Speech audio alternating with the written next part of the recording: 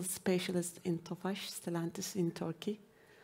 I would like to say that it's a very nice project to work with all of you, 3.5 years together, and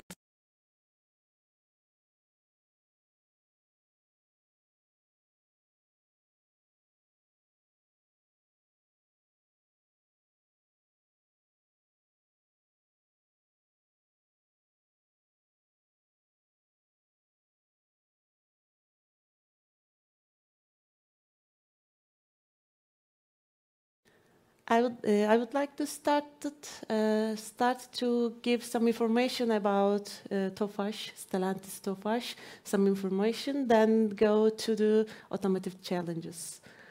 It's established in 1968, and then we are proceeding to manufacture light commercial vehicles and normal customer vehicles in TOFAŞ. And we are joint venture with Stellantis. Koç Holding is a Turkey investor, and it's the same percentage of the ratios.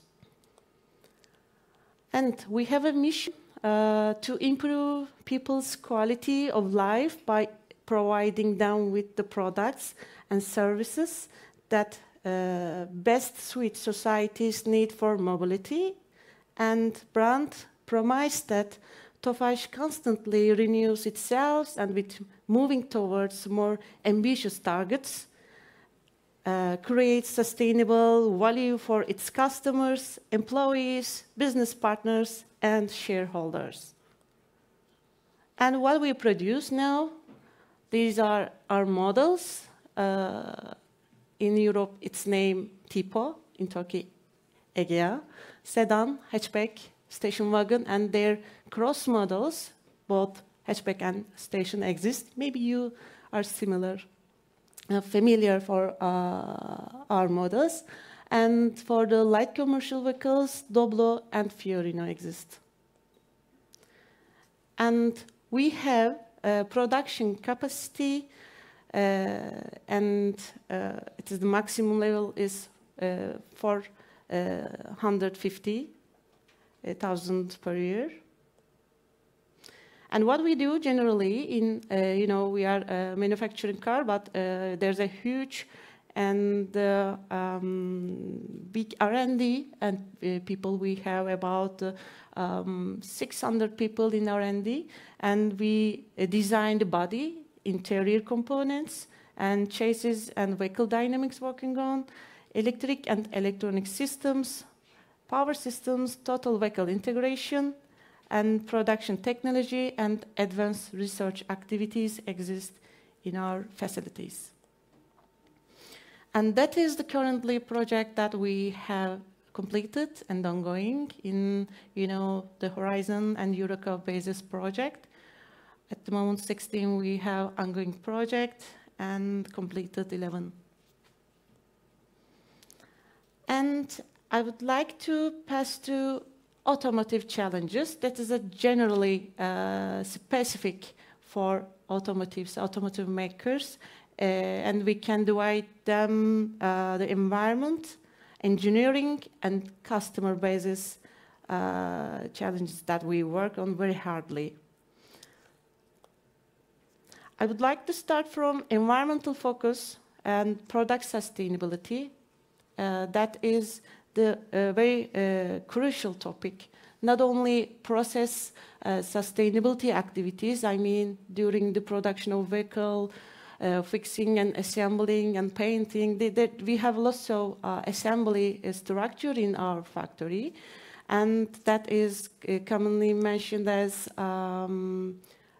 production sustainability and carbon emission values. But we also focus on the product sustainability. So we submitted for MultiCycle project to have these kind of targets in the product. What we do in MultiCycle, we made recycle with polypropylene based material, and the end product was internal combustion engine battery carrier. You can see from this component. And that is the hybrid composite structure. And also you can see an organo-sheet reinforced L-shaped material that is produced again recycled creosote material in this project by bond laminate. And the second injection grade plastics are manufactured with by AIM Plus and Silent companies. And finally, with 40% of glass fiber and homopolymer polypropylene material, we can reach, after the injection molding, our battery carrier. That is the initial component that we have handled in this project to make validation tests, to see the performances on the vehicle, because this component has some function in the car. You know, your cars are dynamic and running on the roads and needed to be stable, and dimensional stability and thermal stability in the customer usage function of the components. So it will be very important to have really exact and virgin performance of the materials. So we worked here with material that is very close, I mean for creosote material here in recycled basis, that is very close to virgin performance. So it is valid for automotive sector to use here PP-based creosote material under these functional-based and validation-based commands. And then we worked also for polyamide material with, again, glass fiber content, but it's in progressing now. And what we do, Farplus, which is our tier 1, produced the part, and then TOFAŞ started the validation in this component, starting with environmental requirements. That means the thermal shocks, thermal cycling, cold impact, and battery acid resistance. There are lots of tests that we trying to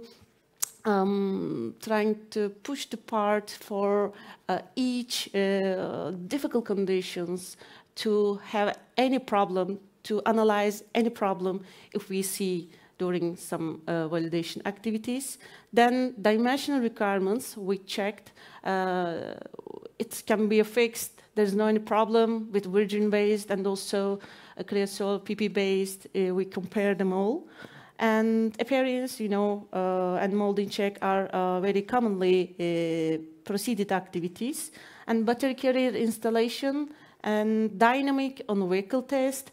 These are, how can I say, road simulation tests in different thermal conditions, such as hot summer days, such as cold and rainy, and that kind of all generically validation activities performed. And I can say that in the final performance, creosote PP-based materials can be used in automotive sector. That is the final and crucial expected results for this project. I would like to inform you about the release. Also, we will report them all for sure. And it's a good news for the industrialization of our project. That is the initial part. And that is the second part. It's a non-woven part and interior applications, recycled PET that comes from the packaging industry, and plus polypropylene-based initially staple fiber production, and then non-woven production, pre-consolidation activities exist. And now, today is in process. In molding thermoform process in Farplus, we will see the final results in the end of this month. So that is important. This component important because it's an aesthetical part, and we shouldn't face any other problem, because interior, it shouldn't be a bad smell when you sit in a car. And, you know, there are lots of properties that we expected required from the material. So it is in progress, but I assume that because we have checked lots of the activities in the battery carrier, it looks like to have, again, positive result in the door panel pocket part. And for sure, we will see the results and evaluate together. And for the environmental focus, you know, the vehicles not only related with product-based carbon dioxide release, but also, you know, the electrical vehicles, the low-emission vehicles are very important to release the, how can I say, carbon dioxide to the atmosphere. So it's a challenging issue, you know, maybe in automotive side, it's very, since many years ago, it's coming to low-emission vehicle from today. And we have 5 different solutions here. They are hybrid, plug-in hybrid EV, battery EV, range extended EV, and hydrogen fuel cell. So maybe each of you know very well what are these, but maybe I should give information about that, the currently values in the Europe. Current low emission vehicle is 40% in Europe and targeted to have 70% till 2030.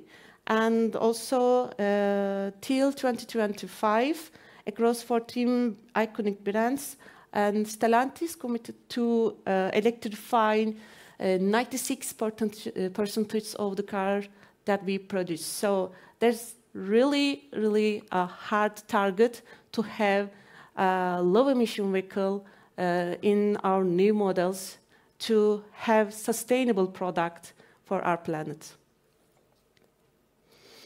And engineering focus in automotive challenges, digitalization and engineering benefits.